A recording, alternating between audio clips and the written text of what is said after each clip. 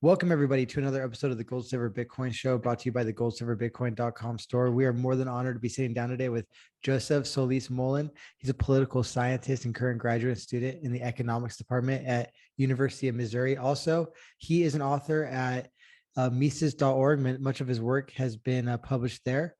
His work's been found at the Ludwig von Mises Institute, the Eurasian Review, Libertarian Institute, Journal of the American Revolution, antiwar.com, and the Journal of Libertarian Studies. Joseph, thank you so much for joining us today. As we got started today, we were discussing what to discuss, and you mentioned the curse of living in interesting times. There's so much to discuss. So how would you define this period through which we're living currently? Off the top of my head, I'll say that, for instance, Zbigniew Brzezinski, who is a foreign policy advisor under numerous administrations, said that we are in between two ages in a book of the same name, and that we are moving into a technotrotic age.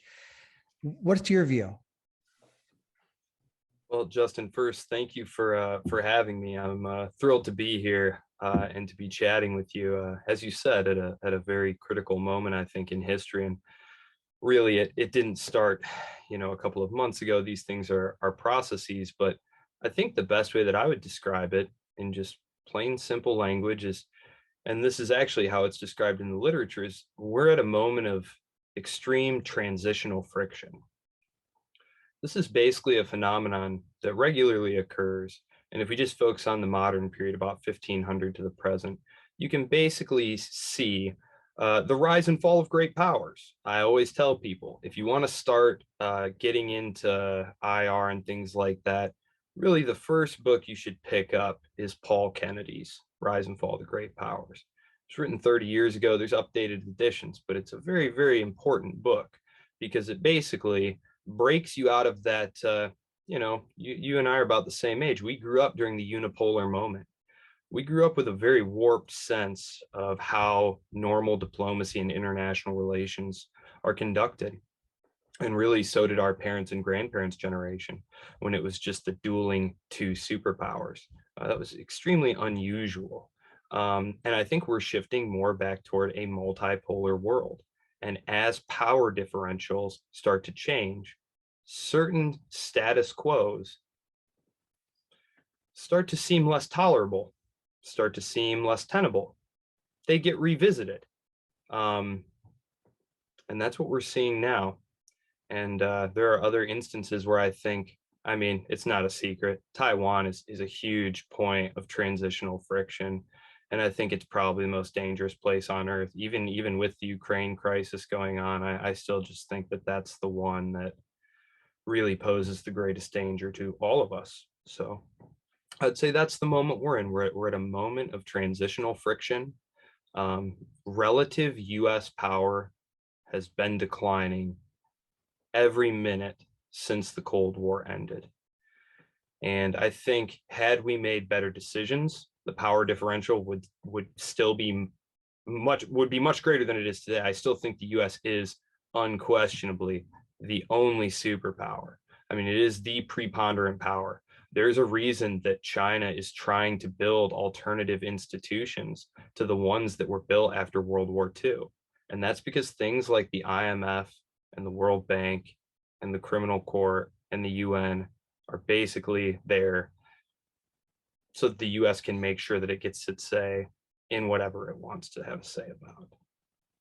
So, Taiwan. What's your view on Taiwan? Wow. What's my view on Taiwan? Well, as I said, I think it's extremely dangerous. I think it's important for people not to just make a snap judgment on the basis of a moral intuition. Because yes, on the one hand, Taiwan is a small island off the coast of China, the mainland. I can't even say China because technically speaking, the UN and the United States both do not recognize Taiwan as a country. Now, this is one of the important things that I think that the war in Ukraine is bringing out. And it's something that, looking back, again, I was really just a child when the war on terror began, but one of the really dangerous and terrible things that the corporate media and the political establishment did was they controversialized dissent. even saying something as completely true as Saddam's not working with Al-Qaeda would get you branded, as Tom Friedman at the New York Times said, objectively pro-Saddam. How outrageous. But of course, today, even trying to talk about any of the history that led up to the war in Ukraine will get you labeled a Putin apologist, right? Unless you're willing to pretend that history started 3 months ago, you're completely out of bounds in virtually any mainstream publication at all.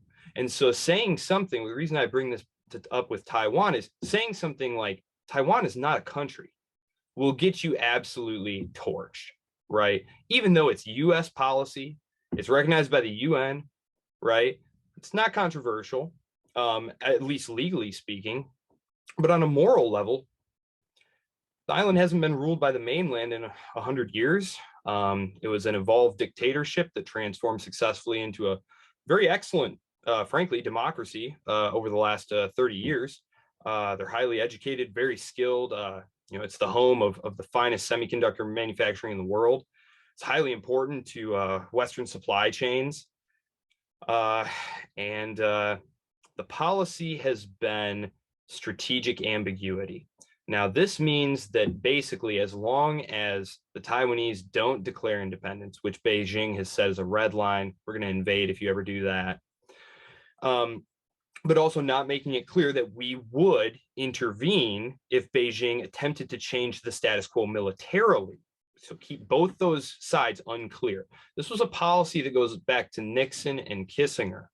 Now, it's been whatever you want to say about it, but we recognized the Beijing government then later under Carter. So the Republicans and Democrats both did it. There was no question. We got rid of our mutual defense treaty with Taiwan, which we had negotiated. I think it was under Eisenhower, although it might have been a little later. But basically that went out the window. And what they have is something basically the same thing that Ukraine had, which was a security assurance, not a security guarantee. NATO countries enjoy a security guarantee, at least on paper.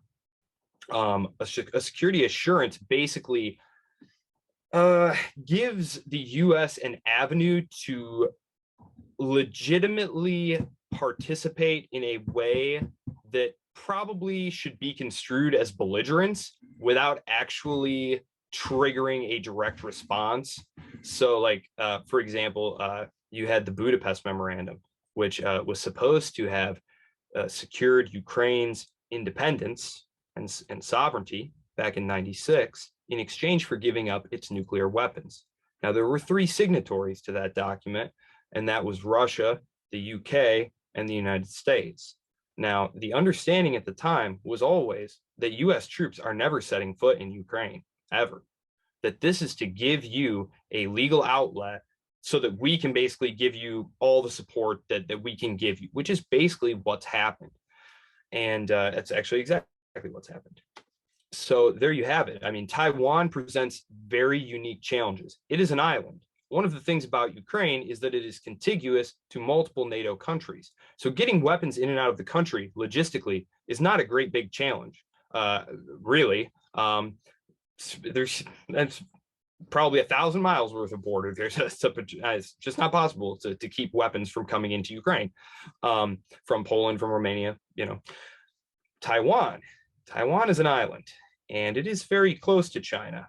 And when you look at China, one thing you notice is the very large amount of anti-ship missiles that are all along its coastline. And basically the strategy would be area denial. Basically, I wrote an article at the Libertarian Institute back about 6 months ago, and I talked with Danny and Henry over at Bro History, their podcast, about the Falklands War back in the 1980s between Argentina and the UK. It is the closest example you can find to how a potential fight over Taiwan might go. If you want to assume that it could remain non-nuclear, which is how our strategic planners view it. They basically think we could fight a limited strategic non-nuclear conflict with China over Taiwan, which talk about a heck of an assumption there. But that's basically my view of it. I think it's pretty provocative, the things that we do. I mean, when I found out that Donald Trump had put U.S. military advisors into Taiwan in the Wall Street Journal, I mean, I was absolutely aghast. What a needless provocation. I mean, because it's important to understand that while, yes, Beijing does pose a threat to Taiwan, it is their policy to have it back. And the policy of the Taiwanese is not to be taken back. So there is an inherent hostility there. At the same time, the Chinese military is decades away from being able to have a realistic chance of this working. And I don't think the example of how the war in Ukraine is going will make Chinese generals and Chinese hawks really eager to like jump the gun on this thing, especially over the next 5 to 10 years. Xi has got a lot on his plate. He's got a lot of things that have been piling up and that he's been kicking down the road. I've written articles about that too. You can find those at the Mises Institute. But I think that the quote unquote China threat is just a total boogeyman. It's not real. You wrote in April an article called Washington's Historical Response to China's Solomon Islands Agreement. In it, you state that Washington is at it again, this time threatening China and the Solomon Islands over a security agreement negotiated between the two. Forget the fact that 99% of Americans couldn't point out the Solomon Islands on a map, or that we have dozens of military bases and installations in the region. Some, our Australian allies, say we may need to preemptively invade. That, according to David Lynn Smith. Yeah. Can you speak more about this article and how it fits into the broader context of China and Taiwan? Oh man. Australian media is really something to behold on this topic. Boy, just you spend some time on YouTube checking out what the average Australian news viewer at home is getting, and it is frankly, I mean, it's hysterical. It is flat out hysterical. And so basically, the Solomon Islands, very small group of islands, fairly close to Australia. Okay, so there's a fairly decent Chinese business community there. There were anti-Chinese riots. A lot of Chinese businesses got burned down. This was a pretty big diplomatic crisis. And so China was understandably extremely upset about this. Now, I just want to, anyone out there who's got a strategic empathy, ask yourself how the United States would respond if on some tiny little island nation, a bunch of Americans got killed and their businesses got burned down. Now, China's response was to diplomatically protest and ask to negotiate an agreement whereby China would have the ability to send patrols there to safeguard Chinese citizens and their businesses. It took about 2 years, 2.5 years to work out. So it looks finally done. Obviously, the United States would have threatened to invade immediately, right? So overall, I think China handled this in the most diplomatically responsible way possible. And their interests are totally legitimate.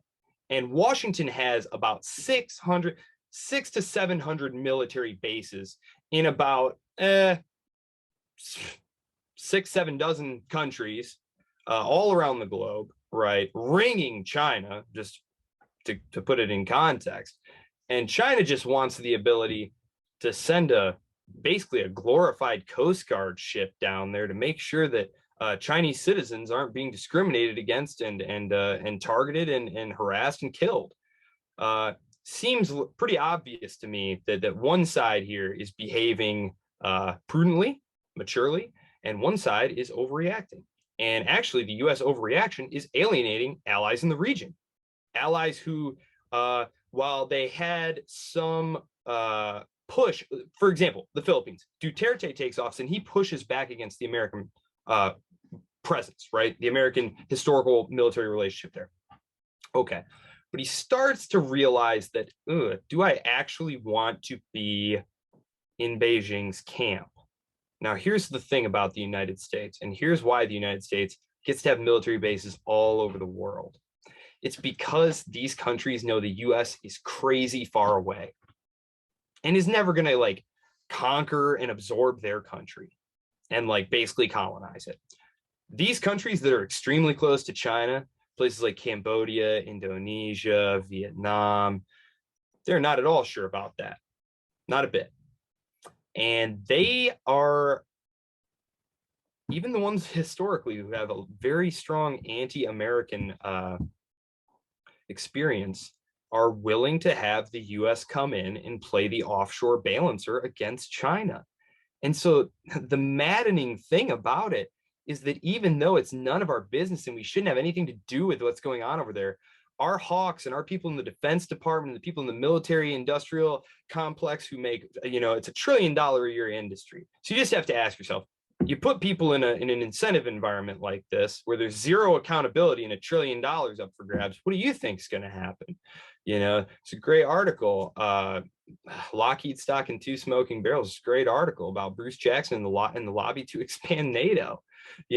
Now Finland and Sweden might join. You know what that means? That means they need all new hardware. Although they already have a lot of our hardware. They've basically been like NATO's sort of I don't know, I wouldn't want to say it vulgarly, like, I don't know, NATO's side action, kind of like how they were making Ukraine sort of like de facto NATO, like giving them weapons, doing joint military exercises, signing security agreements. It's got its NATO, but then it's got its like extra NATO, so, just behaving provocatively, pretty needlessly, as George Kennan said shortly before he died, NATO expansion was totally unnecessary. No one was threatening anyone else. This is a mistake of historic proportions. Yes, obviously. Right? Obviously. So, yeah. I guess I'm curious. So now we see the Russian action, and you mentioned that this might deter China from taking such action, especially with your estimate that their military is really decades away from being able to do so. What makes you think that the Chinese military is that far out from being able to do such a thing?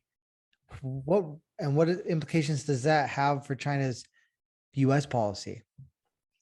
Well, I think, and I wrote an article about this as well a few weeks ago. I can't recall the name of it now, but I basically said, look, it's pretty simple what happened here. Joe Biden got Putin worked into a corner where Putin was damned if he did and damned if he didn't. If he backed down, he was a coward and a weakling. And his whole thing is, I keep Russia safe from the West, which wants to get our bacon, or he can invade Ukraine, which is probably, not the suboptimal outcome. It seems like he might have had some bad intelligence. There's reports that the FSB has been taken off of intelligence in Ukraine and that the GRU is on it now, that he may have arrested the head of the FSB. It's hard to know exactly what's going on. Clearly, even there's a lot of back and forth and disagreement about was he really trying a decapitation strike, or was it really a ploy to pull forces out of the East? We really don't know. Anyone who tells you otherwise is kidding themselves and kidding you. We can really only guess at these things, but it definitely seems clear that once that happened, in the months leading up to that, Antony Blinken and Jake Sullivan had spent all their time not working to avoid the war, but to make sure that if it happened, they had all their team lined up to slam Putin's fingers in the window, basically to show China what could happen. Because you know what? Russia's economy can take this. It's gonna suffer. I mean, the Russian economy is gonna contract by probably double digits this year. The currency is stabilized somewhat. A lot of that, though, is just a new balance of payments flow. They're just not getting any imports. But basically, so while Russia's economy can withstand that, there's no question at all that China's could not. Not at all. China is totally, utterly dependent on the Western democracies, on their markets. And if those got closed off, I mean, there'd be a lot of implications. There's a lot of different factors at play, but like that is a huge risk. Because while Putin knew his economy would take a hit, he knew his economy would survive.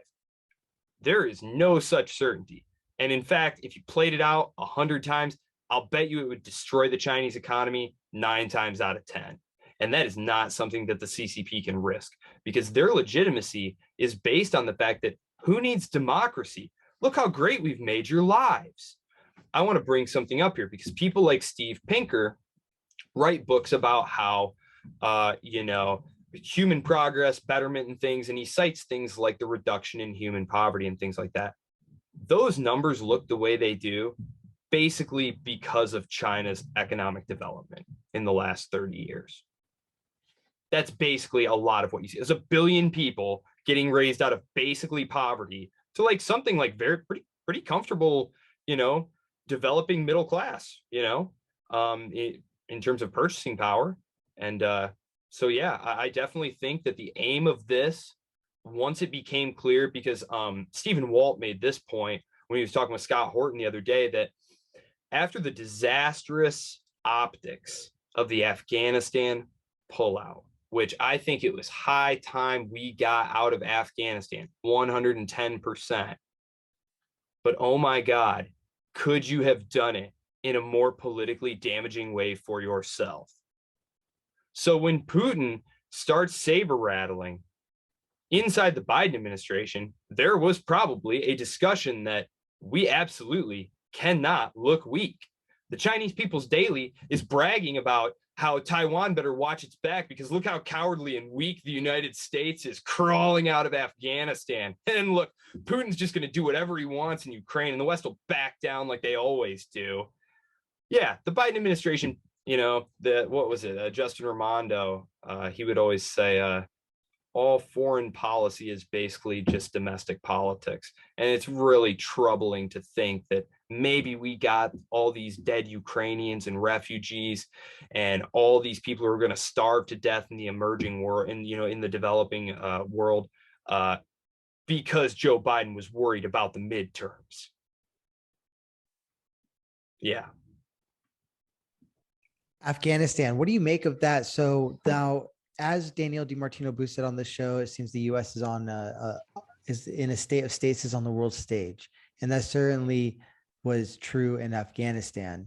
And one might argue that it emboldened Russia to perhaps look at it in its kind of defense, or words in the defense of that it stated, secure its borders via Ukraine, noting that it couldn't have these missile systems on its border, et cetera, that Moscow could be blown up in minutes, et cetera. Now, what do you say about kind of those dynamics at play when it comes to Russia? Well, again, it's possible. I would just be speculating. I obviously have no idea what the decision-making process is like in the Kremlin, how they view things. I know on Russian media, state media, they were just loving it, every minute of it, right? Which, like, obviously they had that experience themselves and the US gave it to them back in the 1980s, right? So obviously they loved it. But I would just make one point about that. And that is that I think we need to revisit, and I am this summer going to revisit the Russo-Georgian War of 2008, because you had very, very similar dynamics where Russia had drawn a very clear red line and the US tried that red line, and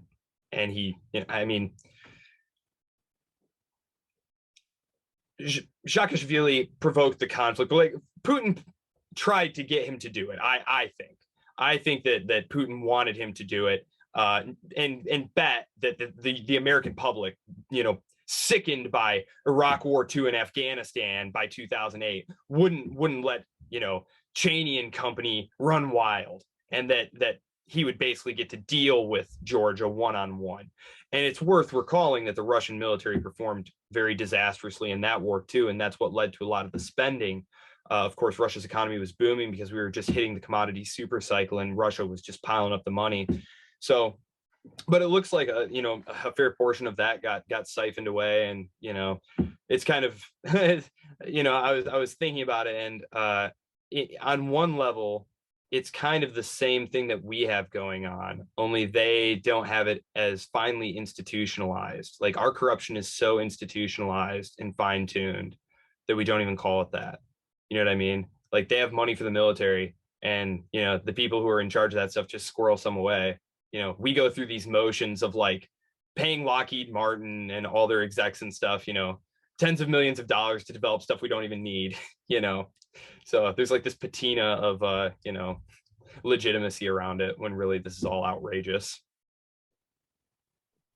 For those who maybe don't know, the Russo-Georgian War is considered as the first European war of the 21st century. The war took place in August 2008, following a period of worsening relations between Russia and Georgia. Also, if you look at the international reaction, Russian actions during the war were heavily criticized by several Western countries. They were in particular Ukraine, Sweden, both of which share a border, or both of which are near the border with Russia, United Kingdom, United States, Poland, Hungary, the European Union. So then we see France and Germany took an intermediate position, abstaining from naming a guilty party. Now, that's a big difference between what we see today under, I believe his name is Schultz now. Yes. Longtime Yes. socialist. Although I just want to say that is because they were super pissed off, because Bush basically forced so basically the reason the war happened, and the reason I say that we need to look back on this and understanding the dynamics that led to the war in Ukraine, is that George W. Bush insisted over the vociferous objections of his French and German colleagues that Ukraine and Georgia were going to be NATO member states. Now, they refused to go along with issuing a membership action plan, but they did finally cave. And at the very, very end of the whole conference, they said, and oh, by the way, at some point, we don't know when, sometime, Ukraine and Georgia will join NATO. And Vladimir Putin, lost it, obviously. I would like all American listeners in their brain right now, picture the map of the world, point to Georgia. Okay, so it's clearly not important to us, right? Not important to our national security. I'm gonna tell you something. It is right on Russia's doorstep. And in fact, parts of it were part of the Russian Empire for a long time. And so when I say that what goes on between Russia and Georgia is none of our business, I really, really mean that. I mean, that would be as provocative as, the U.S. having some kind of dispute with Canada or something, and Russia presuming to intrude upon what's going on. The U.S. would just lose its mind. I ask you, the U.S. put missiles in Romania and Poland. How would the U.S. react if, even the Canadians or the Mexicans or anyone considered letting the Chinese or the Russians have a base? Again, probably we would threaten to invade the country, even a country that freaking big. Like, there's no question. Kennedy threatened to blow up the world over them putting missiles in Cuba when we had missiles in Turkey. And one thing that I think it's important to note, the mythology. You see big names in our foreign policy establishment on the TV talking about nerves and the Cuban Missile Crisis. We need to be strong. It is worth reminding everyone that the reason that conflict did not result in us not being here today is because John F. Kennedy secretly sent his brother Bobby to tell the Russian ambassador that they would remove their missiles from Turkey. But that if he told anyone about this deal, that it was off. And Khrushchev basically looked at the situation and was like, this escalated very quickly. And so he took the out, and the missiles went out, and there wasn't a big to do about it. We compromised. That's the only way these things actually ever get resolved. Cut through all the BS and the mythology. We didn't win the Cold War. Reagan and Gorbachev called it off. The only reason we started saying that is because H.W. Bush, when he needed something to run on in 1992 and the economy was hitting the tanks, had to say something like, yeah, well, I kicked in the doors on Saddam, but I mean, everybody's kind of like, well, yeah, I mean, it's a right. I mean, so, he goes up and he says, we won the Cold War, after explicitly telling Gorbachev, nobody won, we're just going to call it off, not going to spike the football. You know, I don't think he was like outrageous about it. I think Gorbachev understood. I mean, he only said it, I think, one or two times. And he was very, very, I have to say, I don't want people to think I'm dogging H.W. Bush, because honest to God, at the time, I probably would have criticized him a lot. But in retrospect, he was the last decent president we had.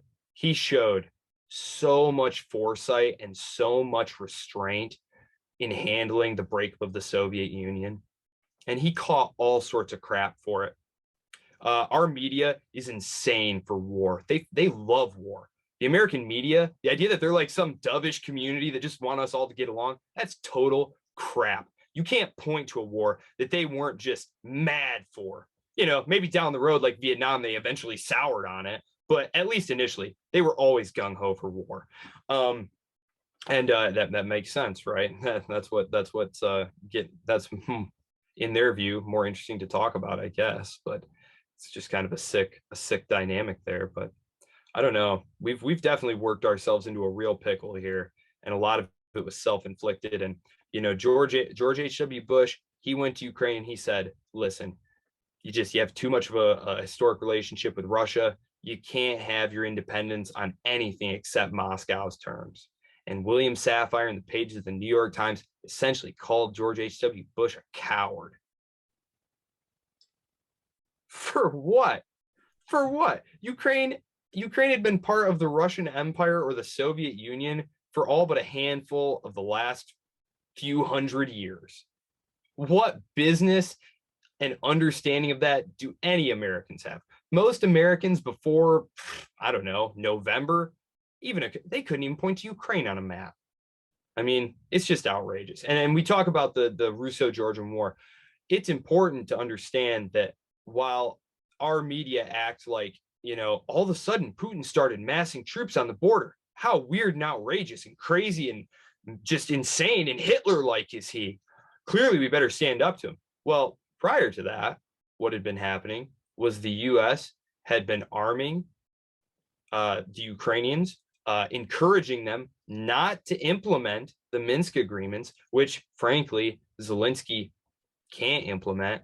When he got elected, Zelensky was elected on a peace platform, but he went to the leaders of the really hardcore nationalists who really run things and was like, "Hey guys, you know, we're gonna start implementing this peace deal that the Europeans worked out." And they were like, "Yeah, no, we're not." And the Americans were like, "Yeah, no, you're not." And then they just kept giving them weapons, right? And so Zelensky was basically like, "Okay, well, can we be in NATO then?" So he goes to Washington and says, "Can we be in NATO?" And Biden says, "Well, of course, at some point you're going to be in NATO. Here's some more security assurances and stuff." And this is in September. And immediately, and also we had done joint military exercises, which I always tell people, exercise, that's a very deceptive word. This is not guys standing around weightlifting, running around the track, you know, flexing. No, this is like tanks and explosions and troops massing on Russia's border, American troops, all right. So this was, again, I just asked people, how on earth would the American public and the American political establishment act if China was doing like joint military exercises with Mexico or something? Like, there's just no sense of proportion, no sense of strategic empathy. Frankly, what it boils down to is that our sphere of influence is the whole world, and everybody else better mind their manners and stay inside the borders that we have fixed in place, or else there's going to be trouble.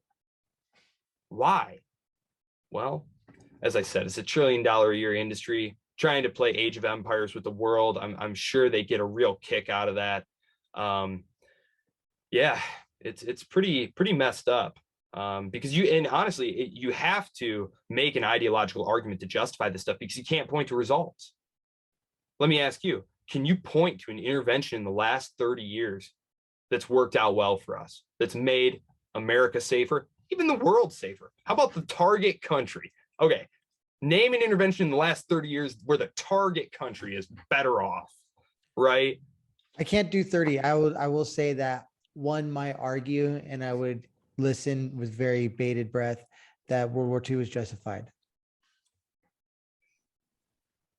So that was not 30 years ago, but that's how far back I have to go. That's how far back I would have to go to at least consider that it was an intervention that was absolutely necessary. I like that example. And my grandpa was actually involved in that. And we spent a lot of time talking about that because, of course, we knew more later. And one thing that really stood out to him that just no one knew about, like he was from a copper mining town in Calumet, Michigan. His dad had been an immigrant from the Austro-Hungarian Empire pre-World War I. He had no idea the economic pressure that the Roosevelt administration had been putting on Japan, trying to cut it off from natural resources and basically just making its living situation completely and utterly intolerable. And so while the experience of the common American was Pearl Harbor was just like, oh my God, what the heck? Totally unprovoked. No, it was not unprovoked. And actually, we know now the Japanese generalship didn't even think they could win the war. They just felt like the alternative was just too humiliating. And I think that's something we should really take to heart. They didn't want to fight. They didn't even think they could win. And they did it anyway. Some things matter more than money. And I should think that would be readily apparent to people. But the US just acts like no country's sense of self or pride matters at all. And maybe you could get away with that at one point. And you know what? World War II is an interesting example. And I'd like to go back to World War I. And I'd like to make the point that's been made by Hans Hermann Hoppe, among others, which is that had the US stuck to its strict policy of non-intervention in European affairs, World War II, Hitler, the Soviet Union, none of that ever would have happened at all. World War I was a disgusting, horrifying, bloody draw fought over the most infinitesimal interests you can possibly imagine. And I'm just going to give you the 30-second Cliff Notes version here.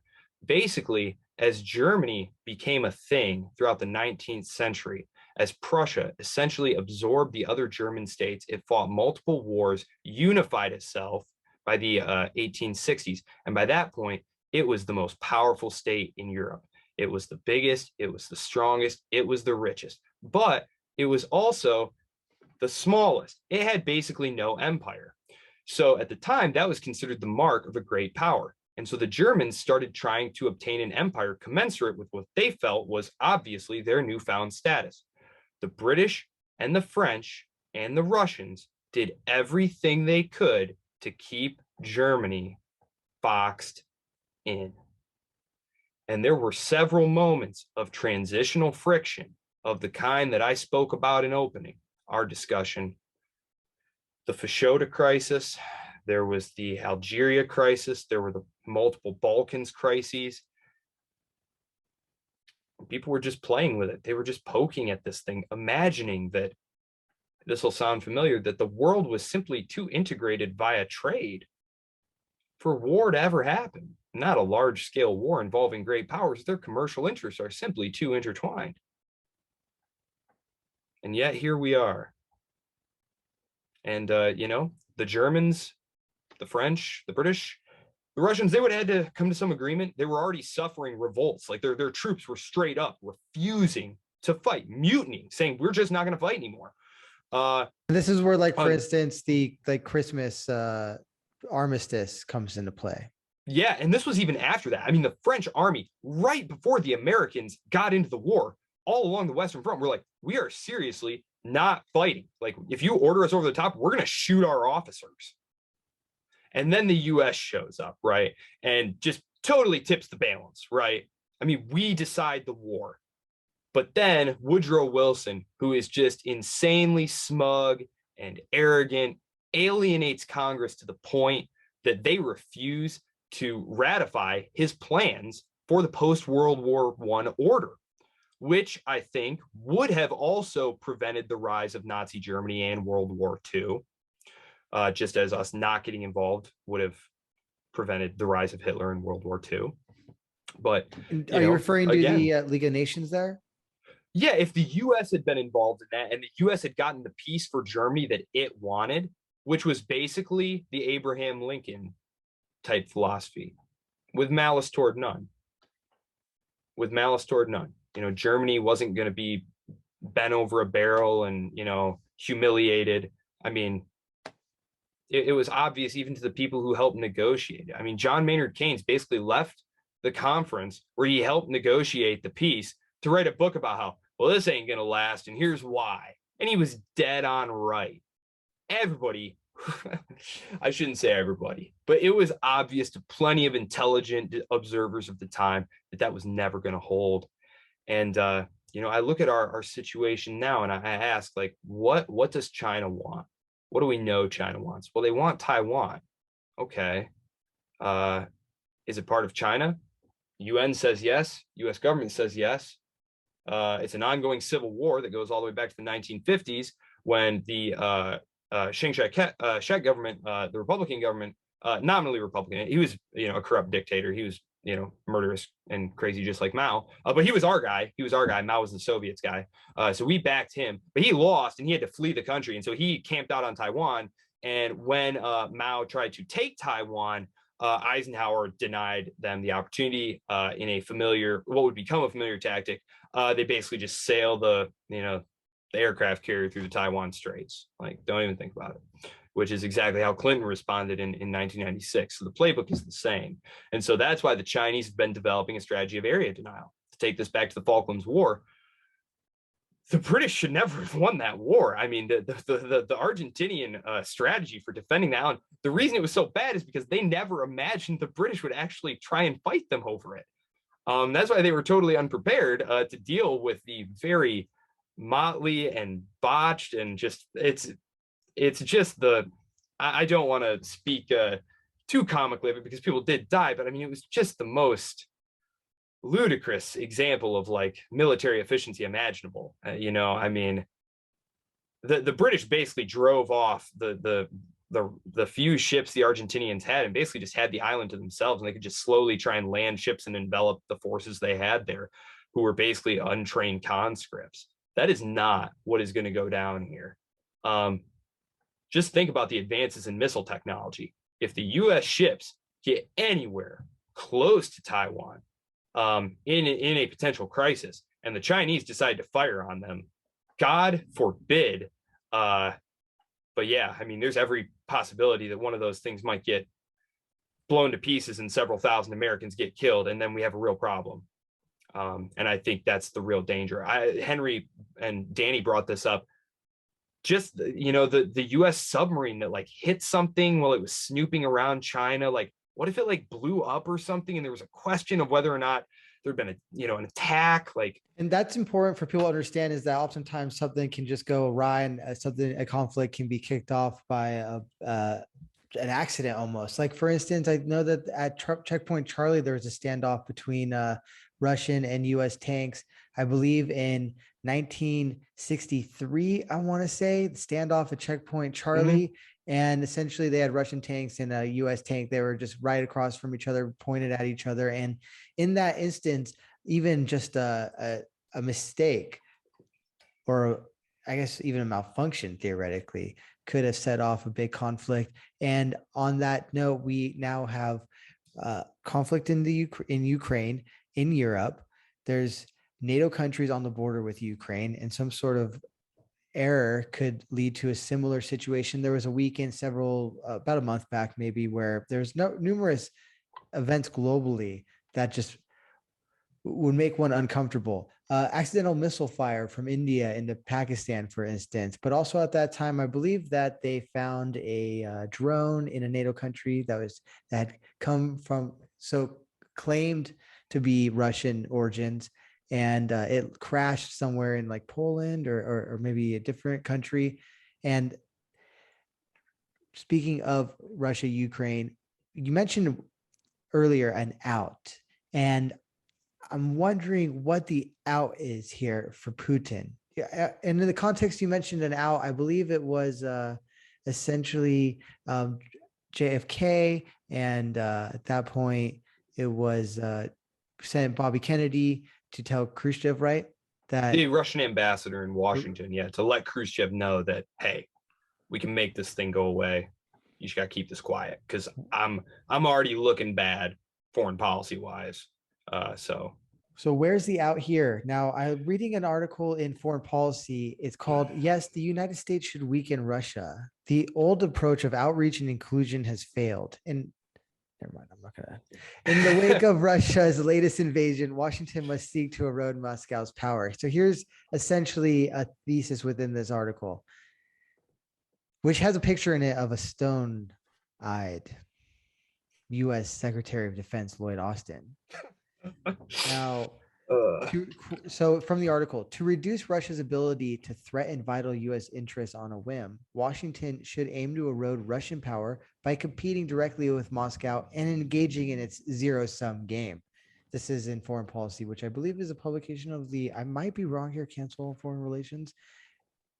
Regardless, what is Putin's out? What do you make of this zero-sum game and Washington's posturing here, as well as the media's, which you mentioned earlier? I just wrote down vital national interests. I just can't get over that. And there's this framing that they're trying to set up where democracy itself, all over the world, is literally on the line if Ukraine doesn't win this war. Listen to Tom Cotton, one of our fine elected officials, tell you that if we let Ukraine down, we may as well take down the Stars and Stripes over the Virginia Navy Yards. This is something that should alarm everyone, because either they're lying, which is dangerous because they're going to paint themselves into a corner where they feel like they can't back down and they feel like they need to escalate and keep doing escalatory things, or they actually believe their own lies and propaganda. That thing you just read from Foreign Policy was literally, and I'm not dogging you because I also read Foreign Policy. If you're going to comment on this stuff, you just have to read Foreign Policy. You have to read Foreign Affairs. That was 100% nonsense from start to finish, right? I think, are we on the same page there? Yeah, I mean, this article terrified me. Yeah, okay. The attempts by the corporate media as well to trivialize nuclear war. The Wall Street Journal editorial board running the most insane article ever this last week, arguing that we need to show Russia we're not only not scared to fight a nuclear war, we're totally confident we'll win. Whatever that means, they don't bother to say.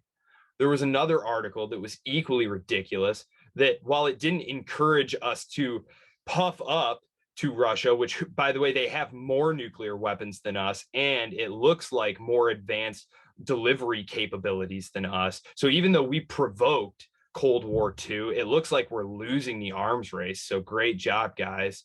Anyway, no, this is all just outrageous. And they basically are saying, well, if nuclear war did happen, it might be good because it might mitigate the effects of global warming and climate change. It's like, well, there's a great thought. What's the way maybe we let off a few nukes in Eastern Europe to and then they're writing things like, and anyway, if we use nukes, all the fallout will fall all over Russia anyway. So like, what's the big deal, guys? It's like, you people are disgusting. 100% sick. I remember when they played the war game, you know, the unnamed country, blah, blah, blah. We all know who it is. Russia nukes Ukraine, the US, you know, instead of being like, now, wait a second, they go ahead and just nuke Belarus, right? That's how messed up this stuff is. Like, not only are we not going to which war game? This was back when Mark Esper was at defense under Trump, and they purposefully leaked this. They admitted later that they purposefully let this get out because, as you know, Donald Trump was a paid agent of the Kremlin.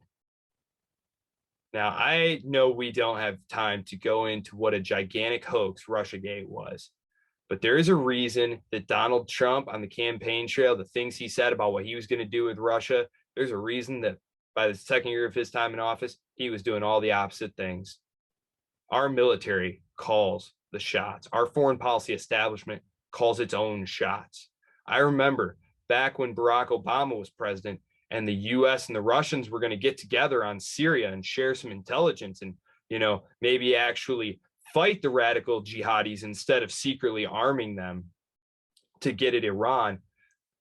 a Defense Department official leaked it to the press that if the White House told the Pentagon to share information with the Russians, they would not do it. And there are rumors which come from very good publications, good sources, basically arguing that like any attempt to get us out of Afghanistan was met with just across the board pushback by the military establishment. And basically there was no pressure on us to get out of the conflict, because by that point no Americans were dying. They figured out what Richard Nixon figured out. You just need to make sure that the people dying aren't Americans. And then Americans don't give a shit at all how many people you kill. And that's the disgusting thing.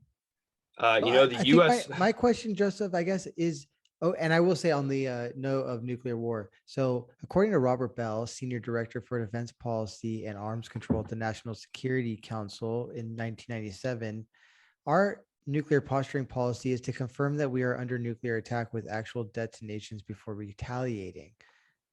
That's a guaranteed, I guess, nuke explosion in the U.S.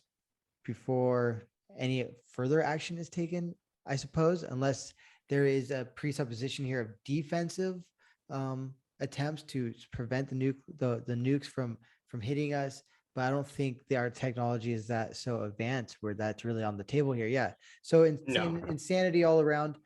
So what would your solution be if you were a policy advisor, if you were a statesman, if you just hear for anyone who's listening and in that position?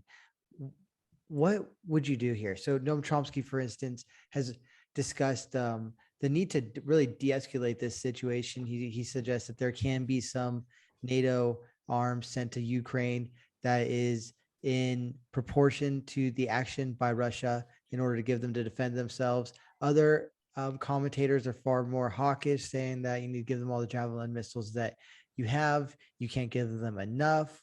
Others say we should stay out altogether. At this point, with where we are already, like, what's your advice?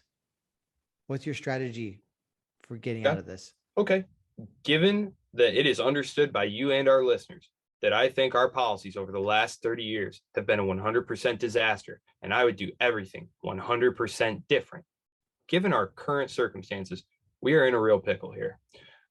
In part because the way the conflict is going is in our quote unquote, I guess, national interests, which apparently constitute bleeding Russia.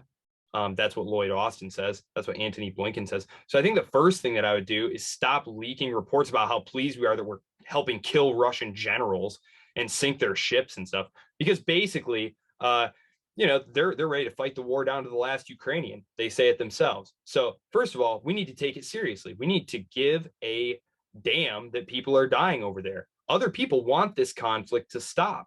And the ones dragging their feet are in Washington. They don't have any interest in seeing this conflict stop anytime soon. You talk about calibration for weapons. Look, I have a lot of respect for Dr. Chomsky, 100%.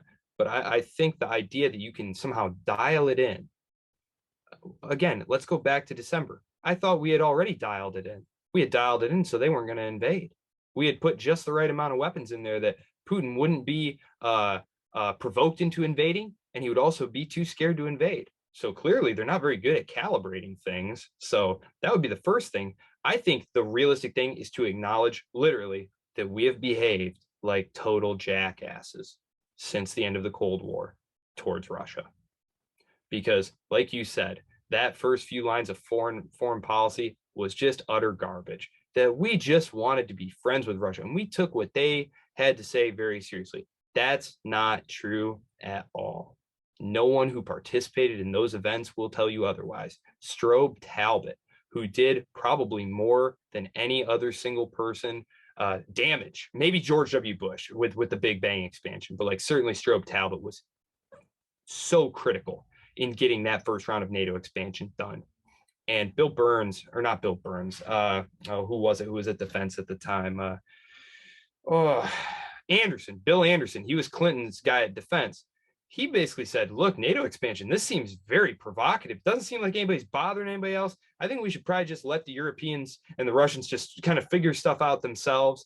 Kind of the spirit of the 2+4 So here's what it comes down to, the not 1 inch thing, right? The big not 1 inch controversy. Okay, so yes, it is technically, legally true that if whoever is in charge in Germany, in Berlin, gives the US permission to deploy troops into Eastern Europe on a temporary basis, they may do so. That was a clause that was added to the 2+4 agreement that unified Germany at the end of the Cold War and brought them into the NATO alliance. Now, George H.W. Bush did not have plans to expand NATO, but he was very adamant that he wanted all of his options free. He wanted Germany unified in NATO. He didn't have firm opinions. He wanted the Soviet Union to stay held together, because he was horrified of the possibility of loose nukes. And again, I don't think he gets enough credit for literally the most dangerous conflict in all of human history did not end with the destruction of the world. And I think he and Gorbachev deserve so much credit for that. And but yeah, when Clinton came into office, he was determined to chase Lockheed dollars and second and third generation Polish and Czech and Hungarian votes in the Midwest, which I know a lot about where I'm from. Rather than having a good relationship with Russia, because you can listen to that just ludicrous propagandist. I can't even stand listening to him anymore, but I feel forced to follow him because he's such an influential public voice on this. But Mike McFaul, the former ambassador to Russia under Obama, is just blatantly lying to people, saying the Russians never objected to NATO expansion. They knew NATO expansion wasn't dangerous, and now all of a sudden NATO expansion is dangerous. It's like, I don't even know what to say to people like that. I know someone like Scott Horton would say they're just a bald-faced liar.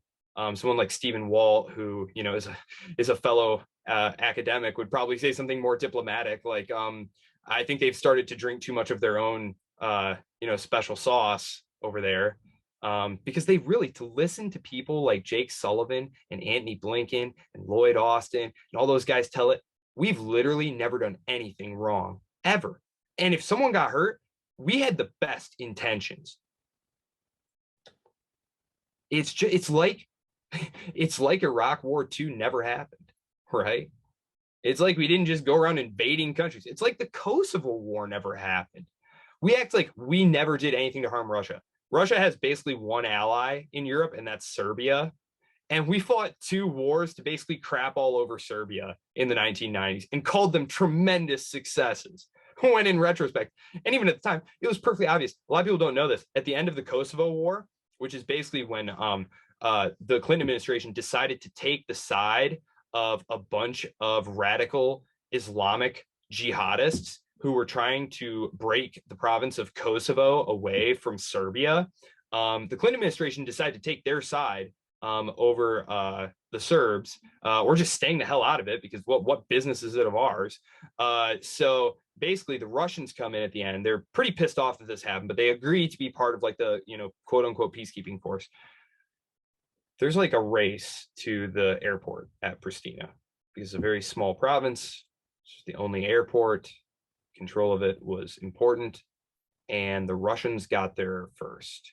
And the NATO commander in Europe at the time, General Wesley Clark, ordered General Michael Jackson to have his troops just attack the Russians, literally attack the Russians over this airport in some faraway place, thousands and thousands of miles away from the United States, that no American in their right mind would ever say is important or worth having a war with Russia over. Our foreign policy establishment is out of control. And I am not going to say that an isolationist stance will be a net plus guaranteed for the world. But I'll tell you one thing, our current policy of trying to maintain a status quo that is no longer sustainable in the face of changing relative power and economic capabilities is going to get a lot more people killed.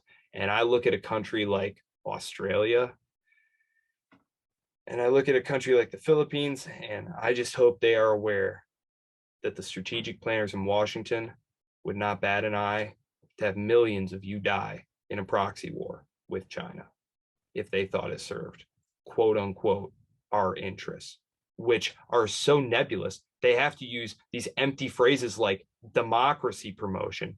Excuse me, I'm sorry. Aren't half our allies non-democracies? Haven't they always been? That was always a load of crap. And it's always been obvious to every other country in the world that the US makes the rules for everyone else and then flouts them whenever it is convenient. This goes all the way back. I mean, you can go back to Reagan, the internet. We don't even recognize the authority of all of these institutions that we shame other countries for not listening to, right? We have standing rulings against us for being basically a state sponsor of terrorism in Central America.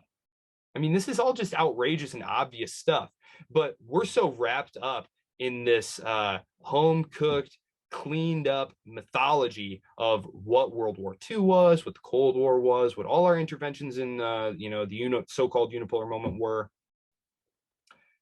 I really am afraid that the American people just don't have any clue what's going on, and they just parrot. It's literally like Iraq War II again, where they're just falling for obvious lies and propaganda and controversializing dissent and silencing anyone who dares to point out the obvious lies, except that this is a nuclear armed state. The stakes here are unimaginably high.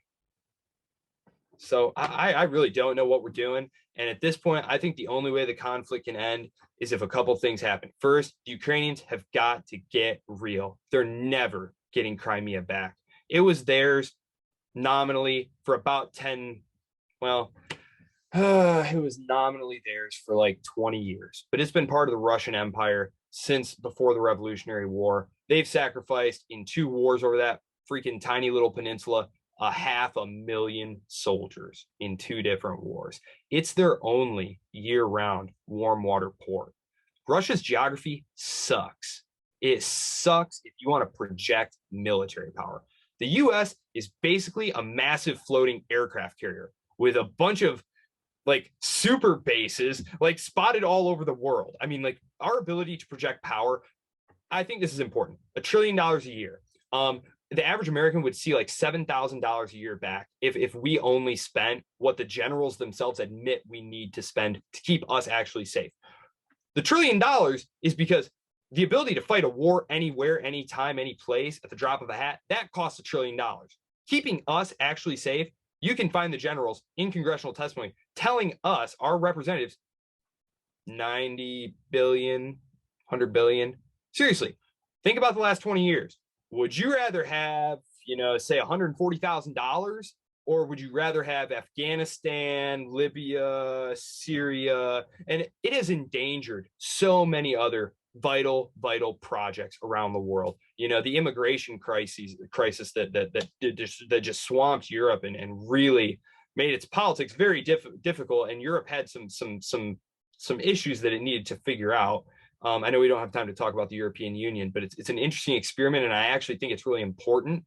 I think it's flawed because it's highly undemocratic, but at the same time, it's really the only chance we have of Europe ever not being junior America. And as long as Europe is just junior America, our establishment is going to feel free to just do whatever it wants, because it knows that it can call on, the coalition of what the free world defend, whatever we're purportedly defending now as we, intervene for the millionth time somewhere that doesn't matter.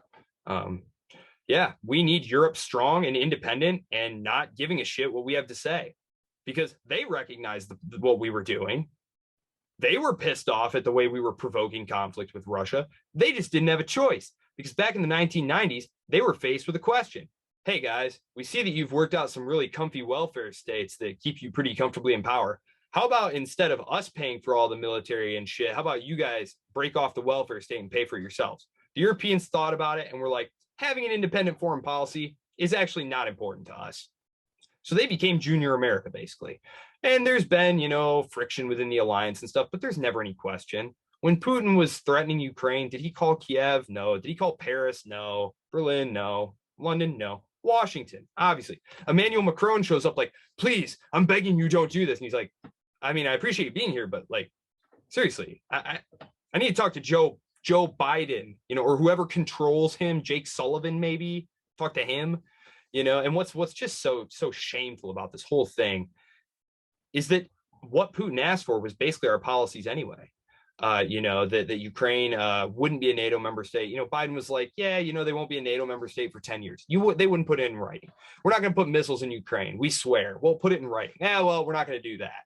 You know, basically just, we're not going to give you anything that you ask for. We're not going to give you that easy off ramp to say, like, see, the Americans take our security concerns seriously. They respect us now. They accept it.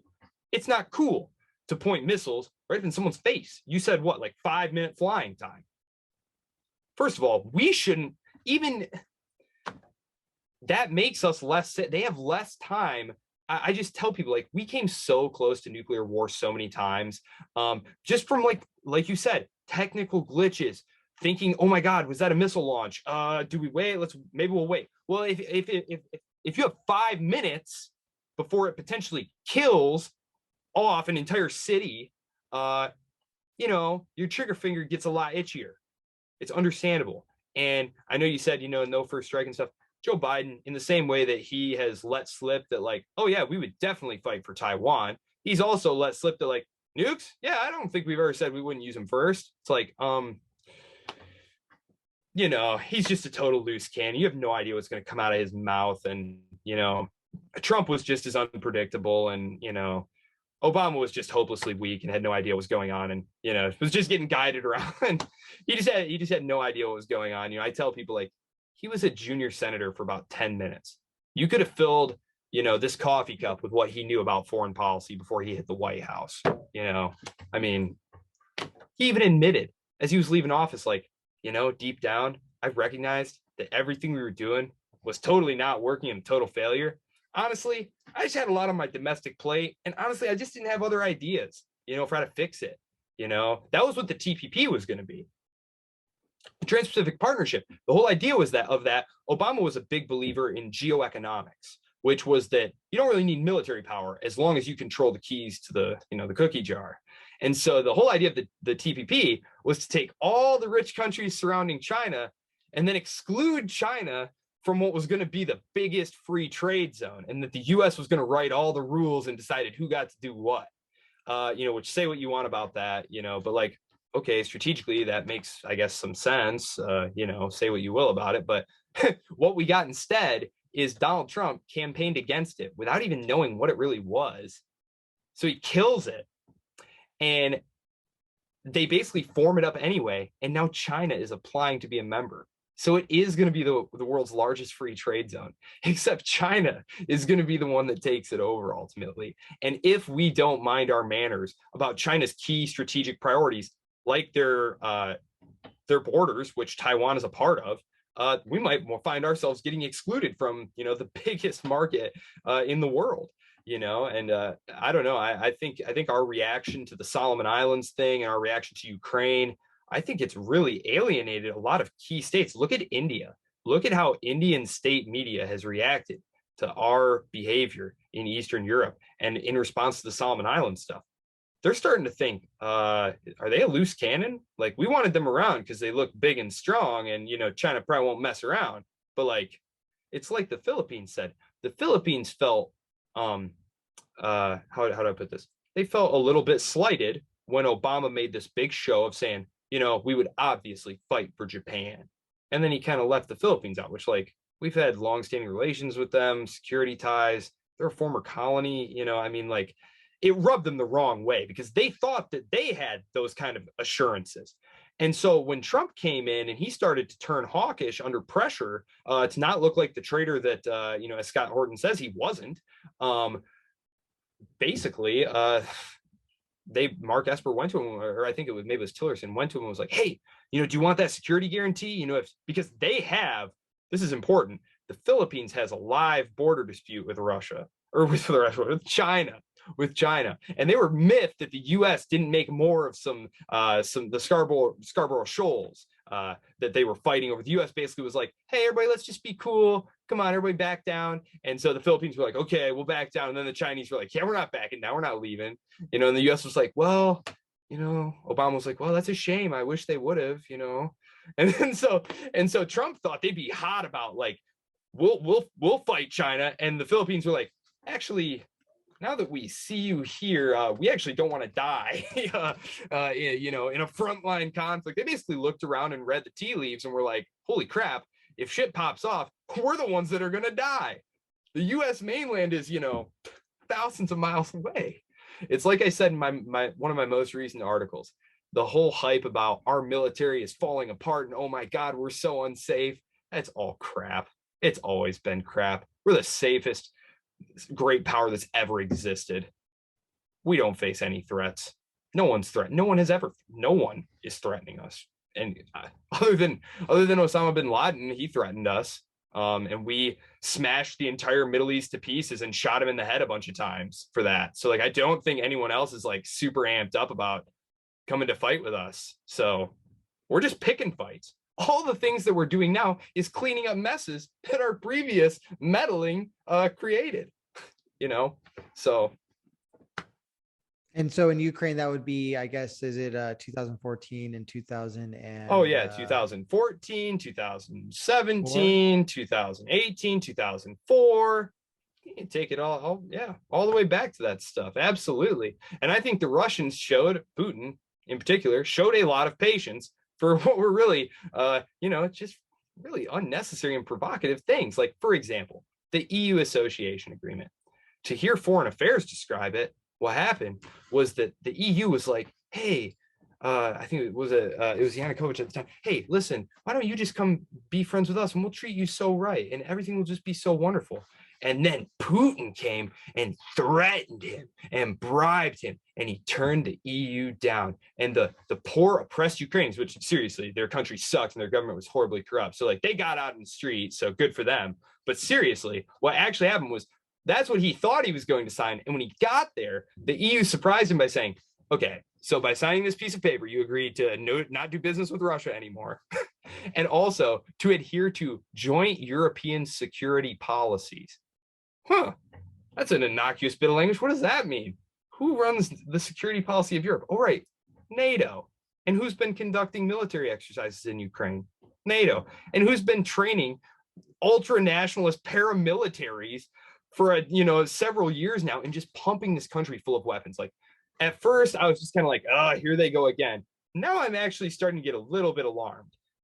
There were a couple articles. Anytime, there's so much BS in the corporate press. One way to tell whether or not you can believe something is if they report something that is obviously against interest.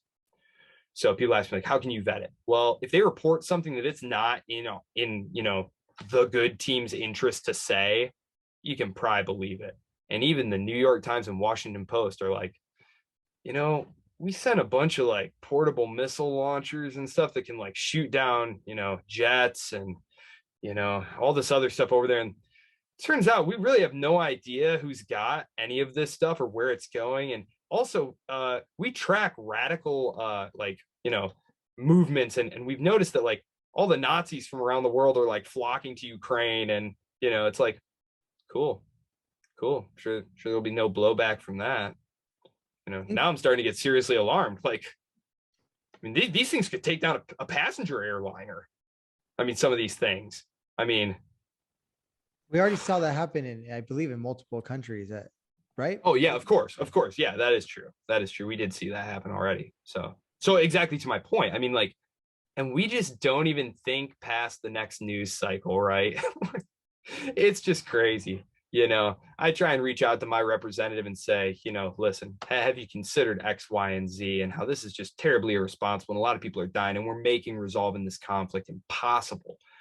You'll just get beat on by people who don't know the first flipping thing about anything, and who basically just parrot the Russian aggression, Ukrainian democracy. Ukraine was the most corrupt, poor, awful European country to live in by a long shot. It was actually rated more corrupt and worse to live in than Russia itself. So if democracy is literally at stake in Ukraine, boy, democracy is not very good because Ukraine was not a very prosperous country. And that was not because of, Russian interference. Like, most of their money actually came from the fact that the only way Europe could get its oil and gas was through pipelines that just happened to run through Ukraine and the Russians paid them to use them. And instead of using that money to better the lives of their people, successive leadership since independence used the money through shell companies. We know this through the Panama Papers and other leaked documents now, basically to enrich themselves and impoverish the country. And we're supposed to put New York on the line for that. I don't know, call me crazy, but if you believe that, we have a serious disagreement about proper proportions. You know, like there are things that could happen that would legitimately threaten our interests. You know, the Chinese putting ballistic missiles in Canada. That would be, frankly, pretty unacceptable by my standards, because I'm asking my government to stop doing that, right? To them, because I just think it's not making anyone safer. I mean, the only thing that us poking around the Taiwan Straits and the only thing that can happen there is, like you said, a freak accident or something. And then we've got the rush to, you know, nobody waits, you know, half the time the news reports something, the Hunter Biden laptop story, right? That breaks, Twitter suspends the account. Everyone says, boo, fake news. They forget about it. 6 months later, they're writing about it like they broke the fucking story, right? Like, yes, indeed, the laptop turned out to be quite true, you know? And then in like tiny print at the bottom, it's like, at the time, we said it wasn't true, but here's why that was actually not a lie. Even though, if you actually look, we did purposefully mislead you in order to make sure Joe Biden got elected. So, again, this war goes back a long way. I mean, you know, it's going to be interesting to see if we ever find out just exactly what happened. Like the Hunter Biden thing, like, I never had any question about that. You know, my dad was always just had such a hard on about that. Like, to me, it was always like, do we really have any questions about what happened here? Like, it's very obvious that this was influence peddling, right? Like, there's no question. He's a complete screw up, an idiot. Why do you think they were paying him $1 million a year to not do any work at all? We already know from Victoria Nuland's leaked phone or fuck the EU phone call during the 2014 coup, which I think it's worth reflecting on. Kyle Ancelone, he's over at antiwar.com. Check him out. Any listeners, he gave a great speech on this just the other night where he really put the 2014 coup in perspective. Yes, when Yanukovych showed up and was basically asked to sign this totally outrageous document with the EU, Putin turned around and said, look, I'll give you like $15 billion. And he was like, I'll take the $15 billion. And so would you. And so would I. And so would anyone in that same situation. Because the EU agreement was outrageous and they knew that. And so the protesters get out. It was totally legitimate protests, but there was a very small faction who totally took over the protests, who totally got the job done. They overthrew the government. They're the ones who shot at the protesters. They're the ones who the U.S. worked with. We know that because Jeffrey Pyatt, the U.S. ambassador to Kiev at the time, was caught talking about it on a leaked telephone call. It was leaked by the Germans, who were super pissed off at what we were doing because the Germans did not want us helping topple the democratically elected government in Kiev and helping a bunch of known fascists and neo-Nazis seize power. This is Svoboda, C-14, right sector. The Azov battalion operated with total impunity. I mean, this was just outrageous stuff. And the French and Germans were like, what the heck are you doing? And the U.S. was like, destabilizing Ukraine and messing with Russia. Get on our page. And they were like, we don't want to. And so they negotiated an agreement. And at the time, the New York Times actually was doing its job. And they reported that, oh yeah, there's tons of Nazis in Ukraine. Well, tons of fighting Nazis in Ukraine. Because it's important to understand at the time, the Ukrainian armed forces were a mess. When the Crimean Peninsula was annexed by Russia, most of the troops joined the Russian side. So they didn't really have a lot of troops. So these hardcore ultranationalists were like the backbone. Like they were Ukraine's serious fighting force. So when I say like full of Nazis, like that's what I mean. Like the actual people doing the fighting and the dying. These were not the sorts of liberal, people who the West would like you to believe, we're dealing with here. That's just like we're not really dealing with moderate rebels in Syria, right? I know that probably shocks everyone, that there are no moderate rebels in Syria, and there never were. So, yeah, I don't know. In conclusion, one disaster after another. In conclusion, I did want to talk about kind of the overarching context here. Now, you mentioned U.S. interests. I'm curious what you think these U.S. interests are. Now, I've been familiar with a concept called full spectrum dominance, and I've already taken it at it, you know, surface value. And so, according to Wikipedia, full spectrum dominance is a military entity's achievement of control over all dimensions of the battle space, effectively possessing an overwhelming diversity of resources in such areas as terrestrial, aerial, maritime, subterranean, extraterrestrial, psychological, and bio or cyber technological warfare. Full spectrum dominance includes the physical battle space, air, surface, and subsurface, as well as the electromagnetic spectrum and information space. Control implies that freedom of opposition force assets to exploit the battle space is wholly constrained. So that is that nobody else can exploit the battle space in any way, pretty much, because it's fully dominated. The United States Department of Defense defines full spectrum superiority, which is another word for dominance. It's basically a synonym for full spectrum dominance. DoD policy is, quote, the cumulative effect of dominance in the air, land, maritime, and space domains and information environment, which includes cyberspace, that permits the conduct of joint operations without effective opposition or prohibitive interference. The U.S. military's doctrine has espoused the strategic intent to be capable of achieving this in a conflict.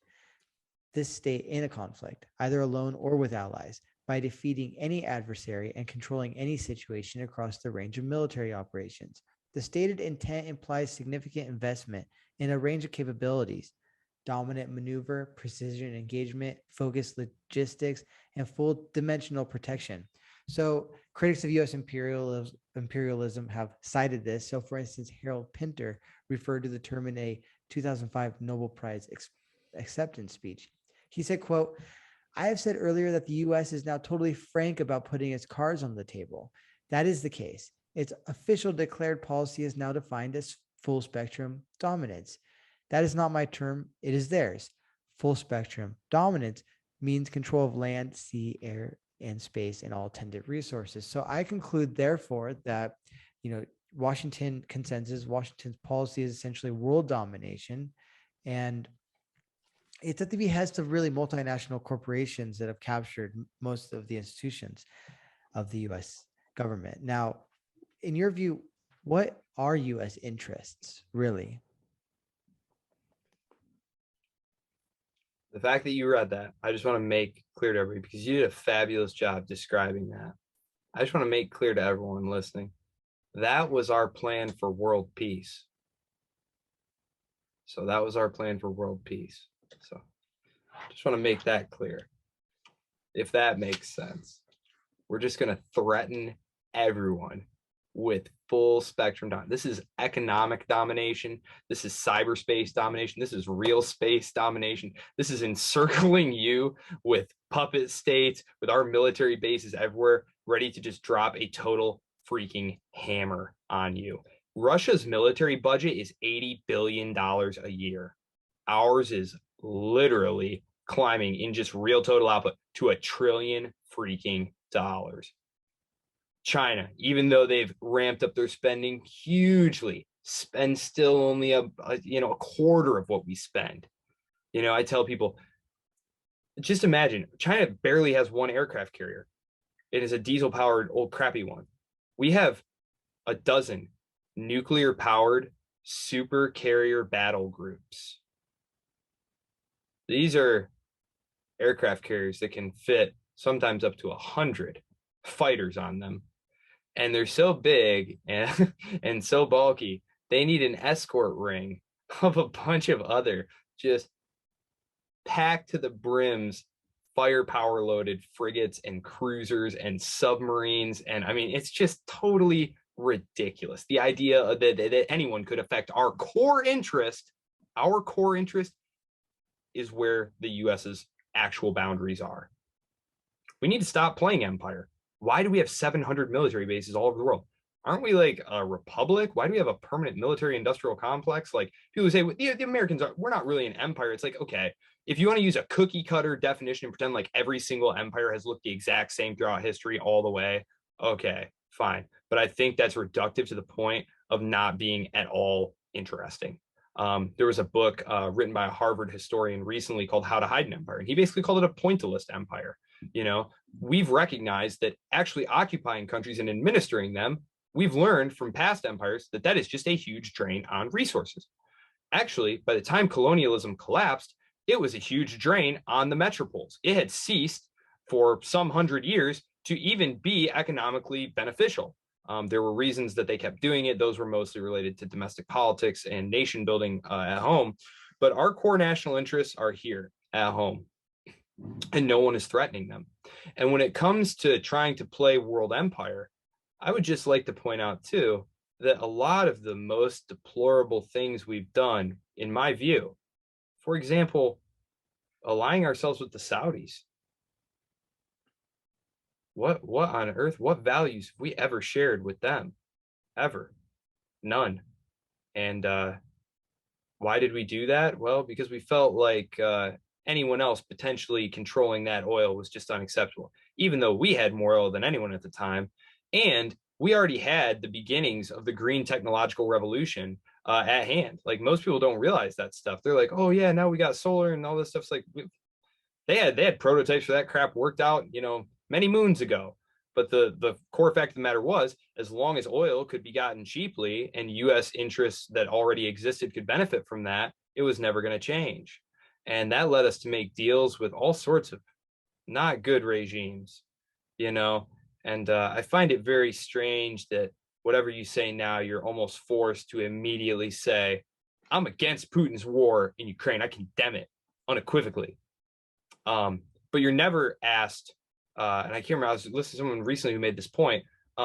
You're never asked to do that about you've never been asked to do that about any other war. Like, before you talk about the Iraq war, which one? Iraq War II, you don't have to say unqualifiedly, I believe that America was totally out of line here. No one ever asked those questions. In fact, what they do is they bring the same sick, mistaken policymakers back to the television to tell you how to fix the new problems that their old mistakes made. You still have to listen to people like Condoleezza Rice come on television and tell us what we should do. That's outrageous. Absolutely not. Anyone who has been involved in our foreign policy establishment, or really at any level, State Department, defense, over the last 30 years, they all need to be gone before they get us all killed. Because, as you said, full spectrum dominance, that's no longer obtainable. And in fact, it was clearly not attainable. The only war where that ever really worked was Iraq War I. And very quickly it became clear that would never actually happen. When Obama was faced with intervening in Ukraine, he basically looked at him and was like, but they have escalatory dominance. And they were like, yeah, that's true. Maybe it'd be better if we just armed those Nazis and just had them bleed Russia. And then they were like, sounds good. Actually, Obama refused to arm them. He just thought the optics of that were terrible. Which, how ironic is that, right? The liberal press accused Trump of being a Nazi, right? All the time. And then he actually starts arming the Nazis. And they're like, yeah, you better arm those Nazis. And if you don't, we'll impeach you. If you hold up that arms deal for even a minute, which was all BS anyway. But that's pretty much it. I think we're in huge trouble. I don't see a good off-ramp because the U.S. doesn't want to give Putin an off-ramp. The Ukrainians are saying, we want Crimea back. That's never happening. Donbass, that's never happening. I think the worst possible outcome would be if this war drags on and Putin actually starts to feel like he's going to lose, because then,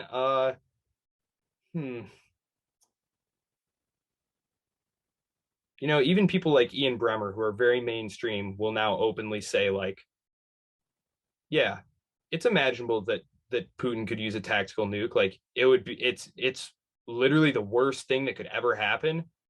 But the longer this drags on, the more imaginable it gets. And that should alarm everyone. But it doesn't. It doesn't. And granted, Zelensky's in a pickle. I mean, the Russians now, and what's happening now, NATO's going to expand even more. So there's no hope of this de-escalating. I don't know what you want me to say. We've gone on, and I want to do this regularly with you because it's very insightful. But you mentioned something that we got to touch on real briefly here. Finland now moving towards entering NATO, which they're on the border with Russia. A similar situation in Ukraine, but I think to the north. Meaning, I think it's probably the same situation, just in the north. What's your view there? Again, I think this is all just a terrible tragedy, and that we should hit the brakes, go full reverse, do something different, because this is heading towards a conflict with Russia. I mean, Finland had to fight a war against Russia already. I guess it was the Soviet Union at the time. They did fight another war against the Russian Empire, but that was a long time ago. But God, they share a huge border, and there's a lot of like waterways there that get trafficked by the same ships, and there's a lot of islands that, you know, just like there's disputed islands with Japan. The Russians have disputed islands with Japan. There's like, I was just reading something today in the press about how Finland are trying to like reestablish a presence on these, you know, obscure islands that you know, I'm sure have some real military significance, but let's seriously, we're gonna blow up the world over this stuff. Come on. Russia was never threatening to invade Finland. They were never threatening to invade Sweden. They never threatened to invade Ukraine until we worked to very visibly and illegally oust the democratically elected leader of Ukraine in 2014, who then turned around and immediately, probably on the US's urging, threatened to kick the Russians out of their naval base in Crimea. And it was at that point that the Russians didn't invade Crimea. First of all, they were already there. The Russians had a huge base there. And basically what they did is they walked outside and were like, yeah, this is not Ukraine anymore. This is our base. They had a basing agreement till like 2049 or something like that. But and without really even firing more than a couple warning shots, took it. I don't know, unless the Ukrainians are willing to take a rump state, which that Zelensky would. There's you know, people I trust who say like Zelensky would be assassinated if he tried to cut that deal. That the ultranationalists would assassinate him. Although I'm sure that's not how it would be made to look or how it would be presented. Yeah, Finland, I think this is a historic and tragic mistake. I get it. I get it because, yeah, you never thought Russia was going to invade, you know, another country, but now they've invaded another country. And hey, you know, didn't they just invade you multiple times? You know, I get it. I get it. At the same time, it's like, this is just going to make things worse in the long run, you know? And I just don't know what our policymakers expect. I mean, they obviously want to weak Russia. I don't know if they delude themselves into actually thinking that if Putin were gone, we'd have some like fabulous liberal democracy in Russia that like just wanted to be part of NATO. And like maybe that's like their ultimate like wet dream. Like Putin goes down and some Western leaning guy comes in and they like clear out the military establishment and they join NATO. And then they've got China in like a pincer, you know, lock, you know, because it's really China. It's really China, you know, Russia, you know, they're what did Obama call them, a second rate power, which was totally disrespectful and outrageous. But really like China is the serious, like China has an incredible economy and a very large population. And, you know, they're on the make. Russia, not right. Russia should be paid its due respect, I think, you know, acting like,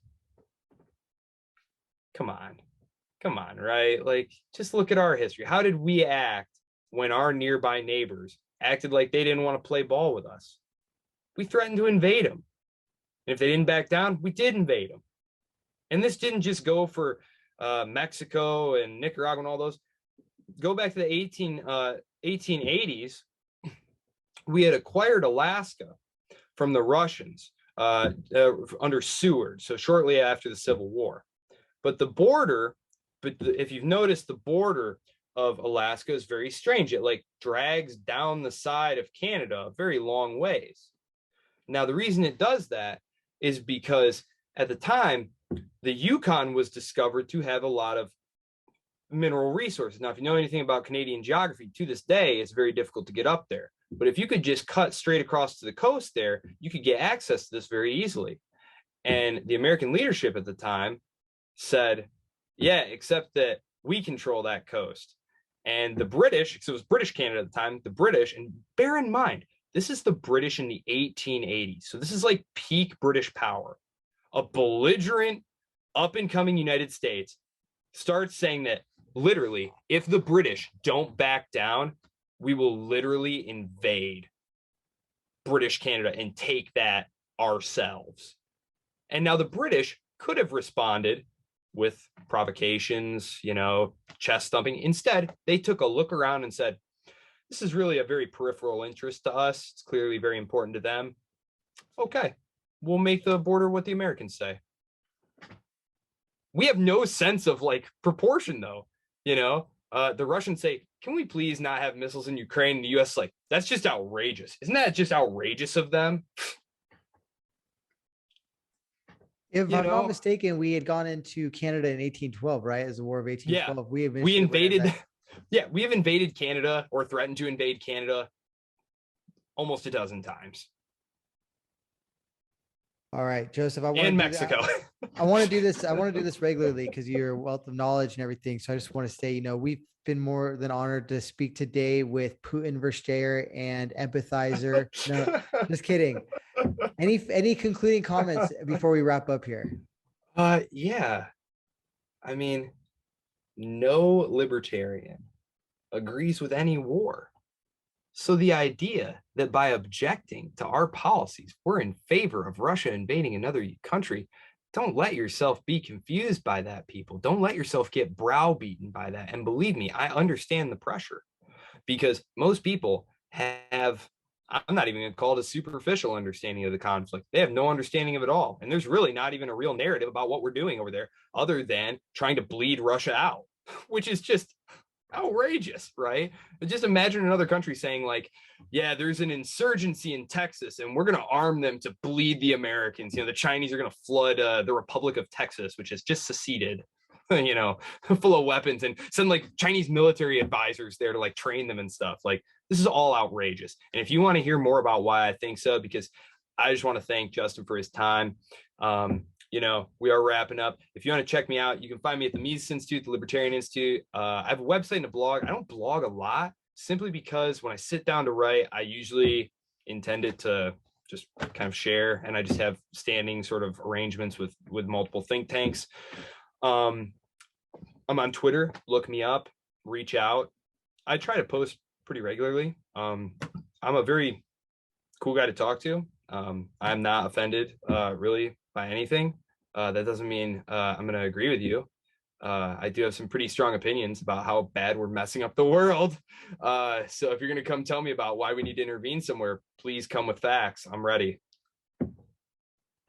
We've had the honor and privilege of sitting down today with Joseph Solis-Mullen. You can find Joseph's work all over the internet, for instance, at mises.org/profile/Joseph Solis-Mullen. You can also find him on Twitter at Solis_Mullen, if I believe. Mm-hmm. Yes. Yep. Great. Well, thank you so much, Joseph, for joining us today on the Gold Silver Bitcoin Show. And thank you everyone for listening. Thanks for having me. Pleasure's all mine.